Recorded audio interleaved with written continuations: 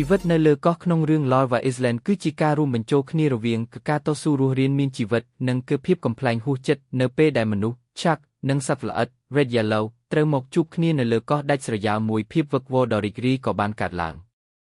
ការស្វែងរកអាហារបញ្ហាធំបង្អស់នៅលើកោះអាហារគឺជាកំណប់ទ្រព្យភាគច្រើននៃសាច់រឿងគឺបង្ហាញពីការដណ្ដើមគ្នាញ៉ាំម្ហូបពិសេសមិនថាជាផ្លែឈើដែលជ្រុះពីដើមឬសត្វត្រីដែលរលកបោកមកលើគោកនោះទេ Red និង Yellow តែងតែរកវិធីប្លែកដើម្បីយកមកធ្វើជាចំណីការចែករំលែកបែបកំប្លែងជាញឹកញាប់ Yellow តែងតែស៊ីអស់ម្នាក់ឯងឬធ្វើឲ្យខូចអាហារដោយចៃដន្យដែលធ្វើឲ្យ Red ខឹងសម្បារយ៉ាងខ្លាំង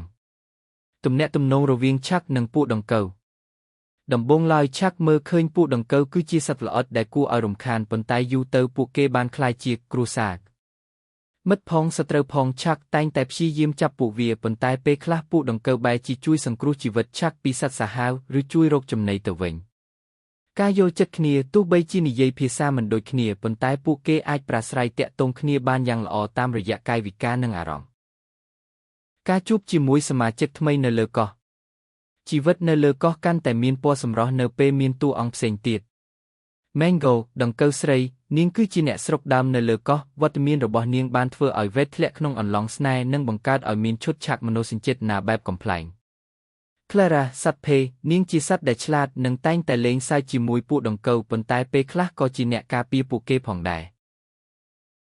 Crabsformer ក្តាមវាជាក្តាមដែលអាចបំផ្លាញខ្លួនជាយន្តការផ្សេងបានដែលជួយសម្រួលដល់ជីវិតរស់នៅលើកោះយ៉ាងច្រើនការកំសាន្តនិងការច្នៃប្រឌិតដើម្បីបំបត្តិភាពអផ្សុកពួកគេបានបង្កើតល្បែងកំសាន្តពីរបស់របរដែលអណ្តែតមកតាមទឹកពួកគេចេះច្នៃប្រឌិតសម្រាមសមុទ្រឲ្យក្លាយជាផ្ទះឧបករណ៍ប្រើប្រាស់ឬសូម្បីតែសួនកំសាន្តតូចមួយរាល់ថ្ងៃគឺជាការផ្សងព្រេងមិនថាជាការរត់គេចពីខ្យល់ព្យុះឬការលេងល្បែងប្រថុយប្រថានផ្សេងសេចក្តីសន្និដ្ឋានជីវិតនៅលើកោះ Lava មិនមែនគ្រាន់តែជាការរងចាំការជួយសង្គ្រោះនោះទេប៉ុន្តែវាគឺជាការរៀនរស់នៅជាមួយគ្នាការចែករំលែកក្តីសុខទុក្ខនិងការបង្កើតអនុស្សាវរីយ៍ដែលមិនអាចបំភ្លេចបានរវាងមនុស្សនិងសត្វល្អិតជីវិតនៅលើកោះក្នុងរឿង Lava Island គឺជាការរួមបញ្ចូលគ្នារវាងការតស៊ូរស់រានមានជីវិតនិងភាពកំប្លែងហួសចិត្តនៅពេលដែលមនុស្ស Shark និងសត្វល្អិត Red Yellow ត្រូវមកជួបគ្នានៅលើកោះដាច់ស្រយាលមួយភាពវឹកវរដ៏រីករាយក៏បានកើតឡើងការស្វែងរកអាហារបញ្ហាធំបង្អស់នៅលើកោះអាហារគឺជាកំណប់ទ្រព្យភាគច្រើននៃសាច់រឿងគឺបង្ហាញពីការដណ្ដើមគ្នាញ៉ាំម្ហូបពិសេសមិនថាជាផ្លែឈើដែលជ្រុះពីដើមឬសត្វត្រីដែលរលកបោកមកលើគោកនោះទេ Red និង Yellow តែងតែរកវិធីប្លែកដើម្បីយកមកធ្វើជាចំណីការចែករំលែកបែបកំប្លែងជាញឹកញាប់ Yellow តែងតែស៊ីអស់ម្នាក់ឯងឬធ្វើឲ្យខូចអាហារដោយចៃដន្យដែលធ្វើឲ្យ Red ខឹងសម្បារយ៉ាងខ្លាំងទំនាក់ទំនងរវាង Shark និងពួកដង្កូវដំបូងឡើយ Shark មើលឃើញពួកដង្កូវគឺជាសត្វល្អិតដែលគួរឲ្យរំខានប៉ុន្តែយូរទៅពួកគេបានក្លាយជាគ្រួសារ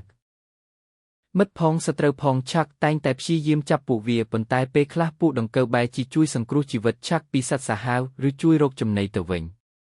ការយល់ចិត្តគ្នាទោះបីជានិយាយភាសាមិនដូចគ្នាប៉ុន្តែពួកគេអាចប្រាស្រ័យទាក់ទងគ្នាបានយ៉ាងល្អតាមរយៈកាយវិការនិងអារម្មណ៍ការជួបជាមួយសមាជិកថ្មីនៅលើកោះជីវិតនៅលើកោះកាន់តែមានពណ៌សម្រស់នៅពេលមានតួអង្គផ្សេងទៀត Mango ដង្កូវស្រីនាងគឺជាអ្នកស្រុកដើមនៅលើកោះវត្តមានរបស់នាងបានធ្វើឲ្យ Red ធ្លាក់ក្នុងអន្លង់ស្នេហ៍និងបង្កើតឲ្យមានឈុតឆាកមនោសញ្ចេតនាបែបកំប្លែង Clara សត្វភេនាងជាសត្វដែលឆ្លាតនិងតែងតែលេងសើចជាមួយពួកដង្កូវប៉ុន្តែពេលខ្លះក៏ជាអ្នកការពារពួកគេផងដែរ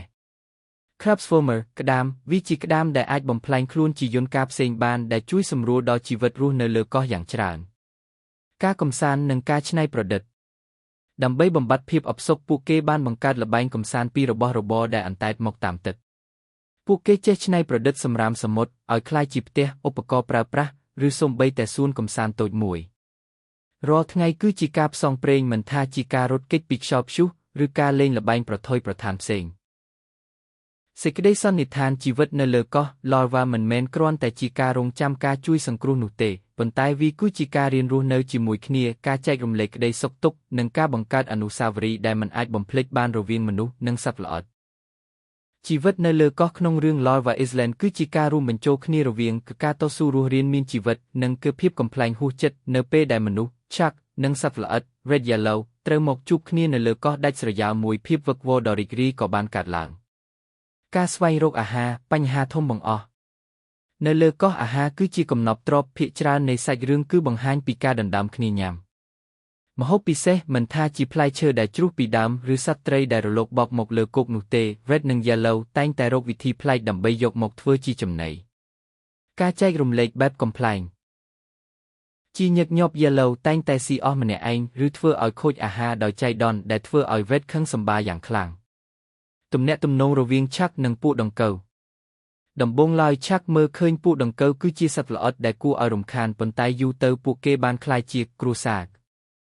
មិត្តផងសត្រូវផង Chuck តែងតែព្យាយាមចាប់ពួកវាប៉ុន្តែពេលខ្លះពួកដង្កូវបែរជាជួយសង្គ្រោះជីវិត Chuck ពីសត្វសាហាវឬជួយរកចំណីទៅវិញការយល់ចិត្តគ្នាទោះបីជានិយាយភាសាមិនដូចគ្នាប៉ុន្តែពួកគេអាចប្រាស្រ័យទាក់ទងគ្នាបានយ៉ាងល្អតាមរយៈកាយវិការនិងអារម្មណ៍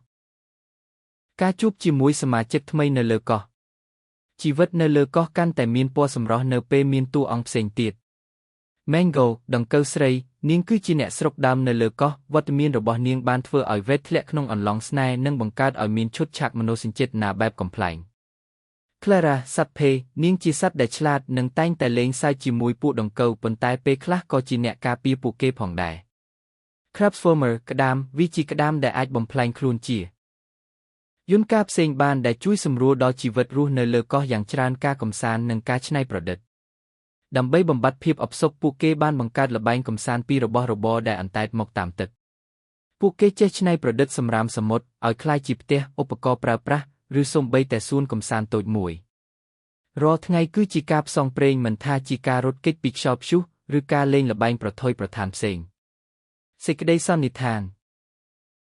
ជីវិតនៅលើកោះ Larva មិនមែនគ្រាន់តែជាការរងចាំការជួយសង្គ្រោះនោះទេប៉ុន្តែវាគឺជាការរៀនរស់នៅជាមួយគ្នាការចែករំលែកក្តីសុខទុក្ខនិងការបង្កើតអនុស្សាវរីយ៍ដែលមិនអាចបំភ្លេចបានរវាងមនុស្សនិងសត្វល្អិត